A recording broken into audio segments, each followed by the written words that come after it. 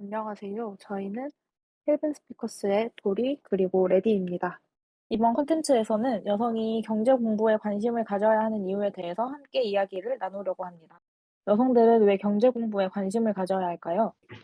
한국은 OECD 주요 회원국 중 연합 임금 격차가 가장 큰 나라입니다. 고용노동부의 고용 형태별 근로실태조사에 따르면 2020년을 기준으로 여성의 평균 월 급여액은 223만 9천 원인데 비해 남성의 평균 월 급여액은 330만 6천 원으로 약 100만 원가량의 차이가 난다고 합니다.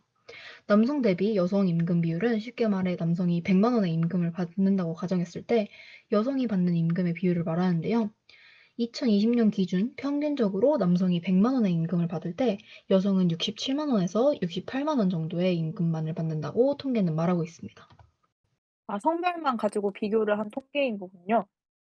네, 맞습니다. 직종이나 직급을 기준으로 비교했을 때 통계 결과는 어떨까요? 성별만으로 급여가 달라지는 통계 결과는 성차별을 보여주고 있는데요. 직종이나 직급이 반영된다고 해서 크게 달라질 것 같지는 않다는 생각입니다. 어떤 직종은 여성을 잘 고용하지 않기도 하고 같은 직군이라고 해도 성별만 다를 뿐인데 다른 보수를 받기도 하니까요. 맞아요. 고위직에 여성 비율이 적은 것은 정말 여성들의 능력이 없어서일까요? 저는 아니라고 생각합니다. 그리고 한국여성경제학회에서 발행된 한 논문에서는 이러한 성별 고용 또는 임금 격차가 발생하는 이유를 크게 노동자 개인의 인적 자본 차이와 국가의 구조적이고 제도적인 요인으로 설명하고 있는데요. 한국의 경우에는 구조적, 제도적 요인이 더 크게 작용했다고 할 수 있습니다. 어떤 요인이 있을까요? 우선 1970년대에 전자제품, 자동차, 기계 등의 산업 육성을 통해서 발전되기 시작한 한국 경제에는 여성이 발을 들일 수조차 없었습니다. 여성에게는 전자제품, 자동차, 기계 등과 관련된 기술이나 지식을 배울 기회가 전혀 허락되지 않았기 때문이죠. 그렇네요. 전자제품이나 자동차와 관련된 기술 혹은 지식을 배울 수 있는 곳은 공업고등학교 혹은 관련 대학교였지만 애초에 1970년대라면 여성들은 고등학교는커녕 중학교만 졸업해도 감지덕지였던 상황이니까요. 성별에 따른 고용 격차와 임금 격차는 여성의 교육과 취업의 기회가 대폭 늘어난 지금도 여전히 해소되지 않은 것 같아요. 여성으로 태어났다는 이유만으로 노동을 통한 경제적 자유를 이루기 어려운 지금, 우리는 어떻게 대처해야 될까요? 우선 한국의 연합 임금 격차는 구조적, 제도적 요인이 크게 작용해서 일어난 현상이기 때문에 연합 임금 격차 해소를 위해서는 여성 차별적인 사회 분위기와 제도를 먼저 바꿔야 한다고 생각해요. 성별을 기준 삼아서 고용을 하지 않는다거나 임금을 적게 줘서는 안 되고 여성의 고용 안정성도 보장해야 합니다. 도리님 의견에 조금 덧붙이자면 동일 노동에 대해 동일한 임금을 받을 수 있도록 차별을 없애는 것도 필요하고 자기 자신을 위해서라도 불필요한 소비를 줄이면서 경제에 대해 관심을 가져야 한다고 생각해요. 한편으로 남성 중심 사회는 더 적은 임금을 받는 여성들에게 불필요한 소비를 하게 하죠.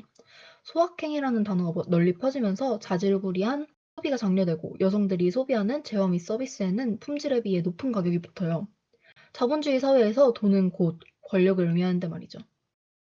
맞습니다. 의복 같은 경우에 가격이 너무 저렴하면 품질이 정말 별로라서 저는 일을 시작하면서 경제적으로 여유가 조금 생겼기 때문에 옷을 살 때 어느 정도 가격대가 있어도 그에 걸맞는 품질을 기대하면서 구매를 하곤 했어요. 그런데 여성 의류라는 태그만 붙으면 같은 가격이라도 남성 의류에 비해서 질이 떨어지더라고요.